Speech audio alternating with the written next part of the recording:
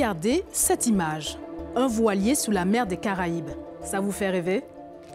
Vous aurez sûrement moins envie d'embarquer quand vous saurez qu'à ses côtés, les gardes-côtes viennent la raisonner.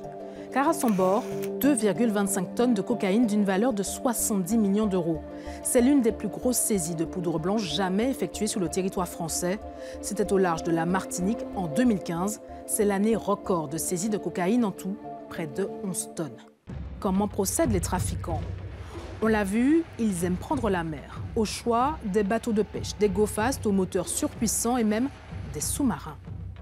Pour des quantités plus importantes, l'idéal pour eux, les porte-conteneurs. Une poudre blanche est facile à dissimuler jusqu'à l'intérieur des cloisons de ces géants des mers.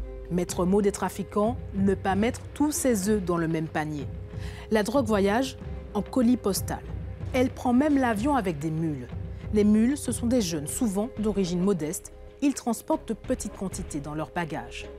Certaines recrues n'hésitent pas à l'ingérer contre 1 000 à 7 000 euros par voyage. On leur fait courir un risque non seulement pour leur liberté, ça c'est classique, mais aussi pour leur vie, un risque de mort immédiate, parce que si une des capsules craque ou claque dans l'estomac, la mort est instantanée. C'est arrivé en février dernier.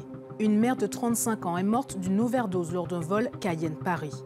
En 2016 déjà, une Martiniquaise de 21 ans, partie de Fort-de-France, décédait dans un hôpital parisien.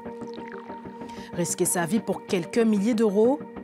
La tentation est grande quand 40% des moins de 25 ans sont au chômage en Guyane, un taux qui dépasse les 50% aux Antilles.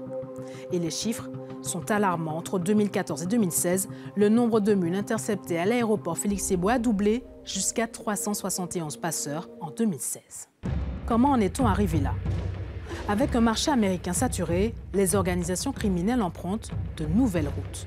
Elles ont choisi les Antilles françaises et la Guyane comme porte d'entrée vers l'Europe. On estime que 20% de la cocaïne qui est saisie en France transiterait par les Antilles françaises. Deuxième intérêt pour ces réseaux, la situation géographique de cette aire française. La Guadeloupe, la Martinique et la Guyane sont devenus des points stratégiques. Elles sont situées au plus près des principaux pays producteurs de cocaïne, la Bolivie, le Pérou et la Colombie, et du principal distributeur, le Venezuela. Troisième intérêt, une meilleure rentabilité.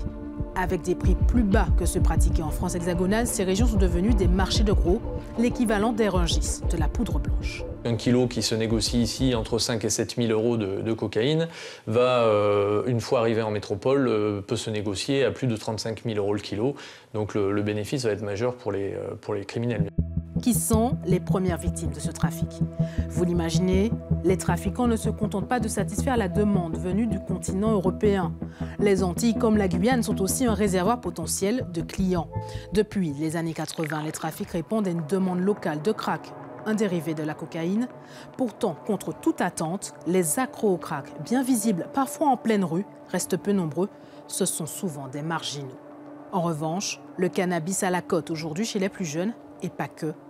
Après le cannabis, la cocaïne est la deuxième drogue la plus consommée en Europe.